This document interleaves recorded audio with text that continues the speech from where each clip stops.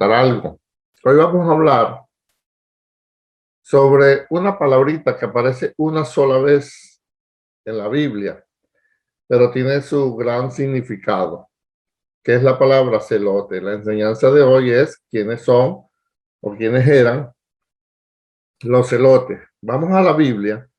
En Lucas capítulo 6 dice elección de los 12 apóstoles a partir del verso 12. Dice así: en aquellos días él fue al monte a orar y pasó la noche orando a Dios. Está hablando acerca del Señor Jesucristo, que pasó la noche orando. Y cuando era de día, llamó a sus discípulos y escogió a 12 de ellos, a los cuales también llamó apóstoles. A Simón, a quien también llamó Pedro, a Andrés su hermano, Jacobo y Juan, Felipe y Bartolomé, Mateo, Tomás, Jacobo hijo de Alfeo, Simón llamado Celote, Judas hermano de Jacobo y Judas Iscariotes, que llegó a ser el traidor. Fíjese, en uno de los nombres de los apóstoles que llamó el Señor Jesucristo, hay uno que se llama Simón llamado el Celote. Celote con C. Perdón, celote con Z. Sería celote. Entonces vamos a hablar hoy acerca de los celotes, por qué está escrito ahí y por qué el Señor lo puso, y vamos a ver qué enseñanza podemos sacar al respecto. Primero vamos a hablar que los celotes existieron cuando el tiempo que el Imperio Romano gobernaba férreamente sobre Palestina.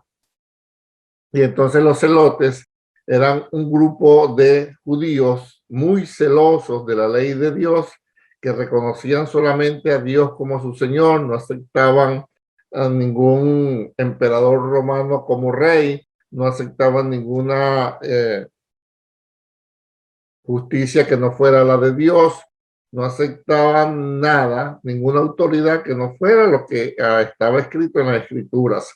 Entonces era un tipo de resistencia, pero violenta, que practicaba los asaltos a escondidas a las guarniciones romanas, los atacaba por sorpresa y después se mezclaba con el judío común, el de a pie, para confundirse, para que no lo agarraban.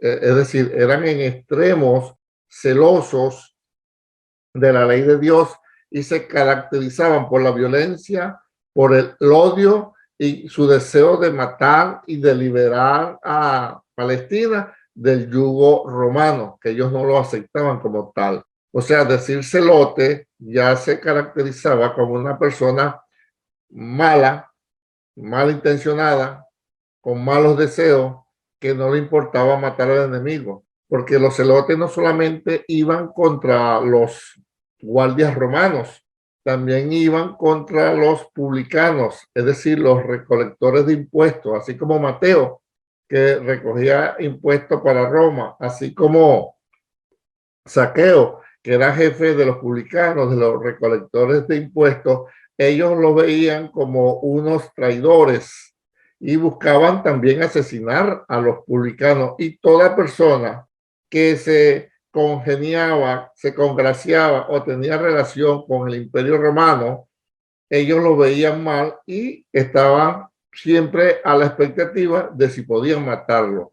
Fíjense que no era para tomarlos presos, para interrogarlo, no. La idea de ellos era matarlo. O sea, era un grupo fuerte. Para aquel entonces, habían 4 grupos muy bien definidos y muy bien conocidos. Para aquel entonces, el primero eran los fariseos, grupo religioso ortodoxo, conservador. Después venían los saduceos, grupo también religioso, pero un poco más liberales, que ellos sí tenían cierta simpatía con el Imperio Romano. Después venían los esenios, que más adelante vamos a hablar sobre los esenios. Y por último estaban los celotes. O sea que se sabía, ¿no? Este es fariseo, este es saduceo, este es Esenio, no, cuidado con este es celote. Y sin embargo, el Señor Jesucristo llamó a un hombre llamado Simón el celote. Ya vamos a sacar una pequeña enseñanza sobre esto, pero por algo está en la escritura la palabra celote. Le recuerdo que estamos leyendo en Lucas y Lucas usa el griego para escribir a gente griega y usa la palabra celote.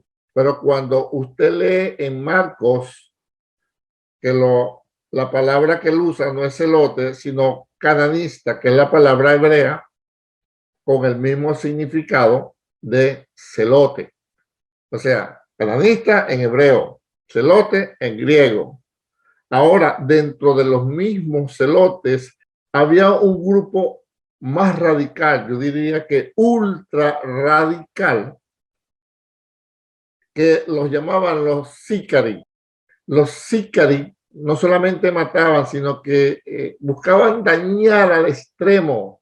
Eran perversos, eran malos, pero al extremo. De ahí, con el tiempo, derivó la palabra sicario. Cuando se habla actualmente de un sicario, es una persona sin sentimientos, sin amor, una persona que por dinero mata, no le importa quién sea, total que él va a matar porque le dieron dinero, no importa si daña a una familia, si daña a un colectivo, eso no es problema de él. Él es un sicario, él no está viendo para atrás, no tiene sentimiento, no le importa nada. Bueno, esa palabra sicario deriva de la rama de los celotes llamados sicari, que eran más violentos aún. Ahora vemos que en las escrituras del Nuevo Testamento hay varios aspectos de personas que eran celotes. Sabiendo esto, ahora podemos entender.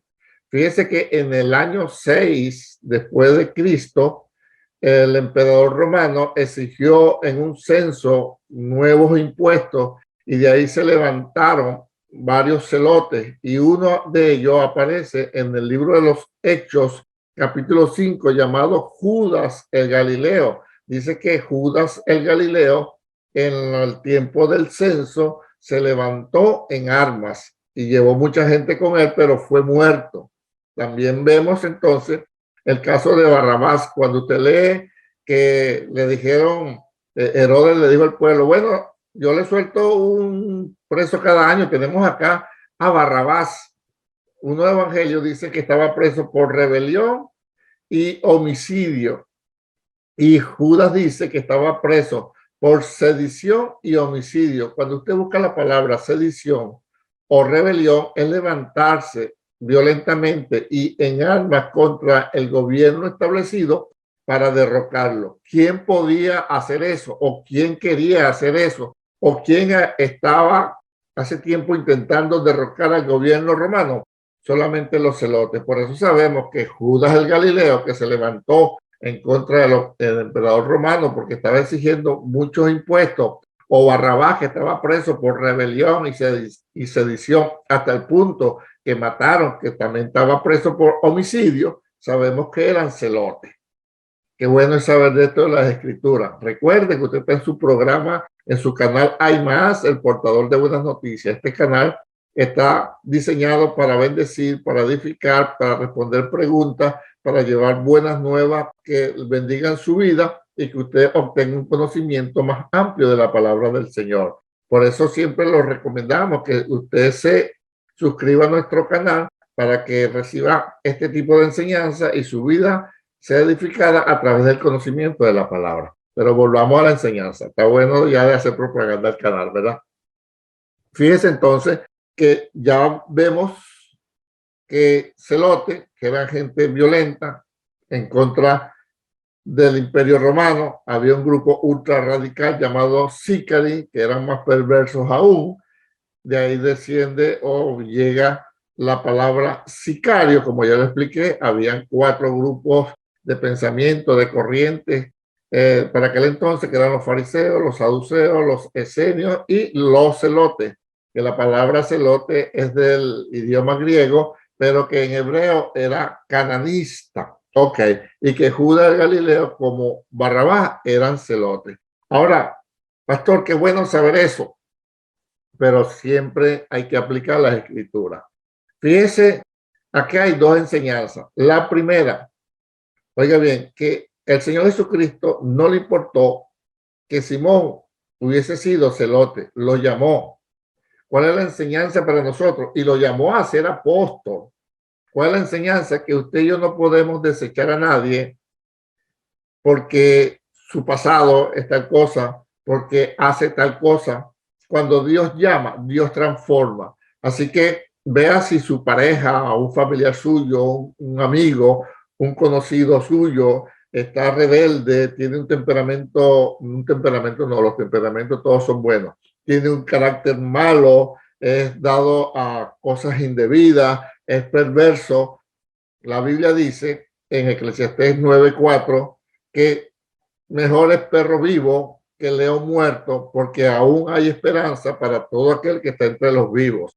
Es decir, mientras esa persona, por muy perverso, por muy malo que sea, esté vivo, hay la esperanza, hay la oportunidad que el Espíritu Santo lo toque, que Dios lo llame a su redil y que esa persona cambie. Simón, de celote, de asesino, de perverso, de malo, pasó por el llamamiento del Señor Jesucristo a ser un apóstol del Señor. Así que no podemos descartar a nadie.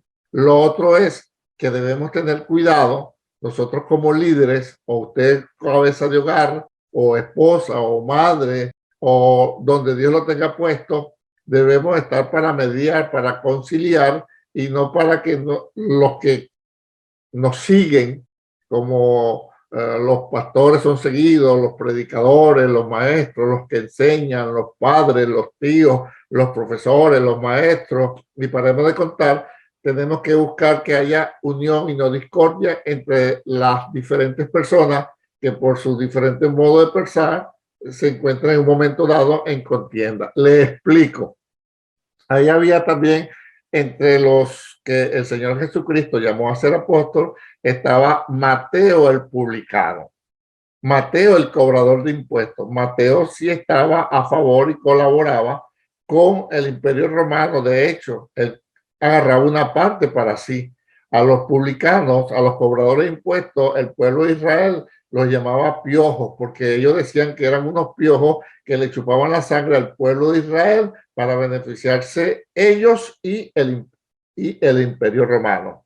Ahora, volviendo a la enseñanza, está Mateo, el publicano, y está Simón el celote. Imagínense, en un grupo reducido de 12. No es que están perdidos en la multitud, solamente hay 12.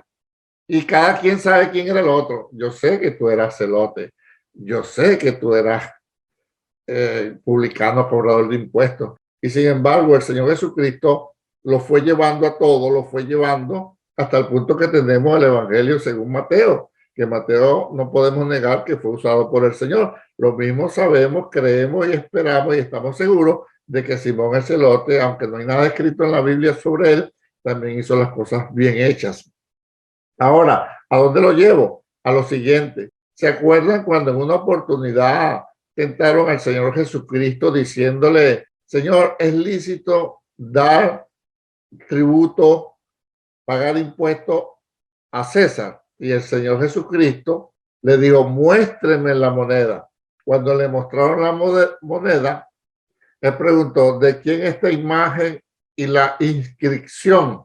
Y le dijeron, de César. Y el Señor Jesucristo dijo, pues da al César lo que es del César y a Dios lo que es de Dios. Ahora, eso era la enseñanza para afuera. La gente salió maravillada, pero también hay una enseñanza para adentro, para su grupo interno. Supóngase que el Señor Jesucristo hubiese dicho, no hay que dar tributo, impuesto a César. Simón el celote iba a decir, ajá, yo sabía, por eso es que yo me levantaba contra los romanos. Y este Mateo, que era cobrador de impuestos, ajá, él está mal. ¿Cómo se iba a sentir Mateo? Trae tres ponchados. El Señor Jesucristo no está en contra no está a favor mío. ¿Se da cuenta? Pero si el Señor Jesús decía, sí, hay que darle impuesto a Roma, ¿cómo se iba a sentir Mateo? ¿Viste? Por eso es que yo estaba ahí, yo sabía. Yo sabía que hay que dar tributo, todo el mundo tiene que pagar tributo. ¿Y cómo se iba a sentir Simón el Celote? ¡Wow! Me tiraron duro a mí. Y sin embargo, el Señor Jesucristo, como gran líder, a sabiendas que tenía en su fila uno que fue celote y otro que fue publicano, supo dar una respuesta que ni Simón el celote, ni Mateo el publicano quedaron mal, ni se ofendieron, ni se molestaron, ni se pusieron bravos y siguieron adelante. Esa es la enseñanza que quería darle, sacando a colación los celotes para que usted y yo siempre busquemos que haya comunión, haya armonía en medio del grupo donde Dios nos ha puesto a liderizar. Que Dios les bendiga, Dios les guarde. Recuerden, les habló su pastor y amigo Sergio Cabello. Los invito una vez más a suscribirse a mi canal. Hay más, el portador de buenas noticias. Usted me puede encontrar en YouTube como DR Sergio Cabello. Si desea dejar una información, puede hacerlo acá abajo o a mi correo electrónico sergiocabello50@hotmail.com. Si desea que tratemos algún tema en especial, hágamelo saber y con mucho gusto podemos tratarlo. Paz, salud y bendiciones y será hasta la próxima entrega. Bendiciones para todos.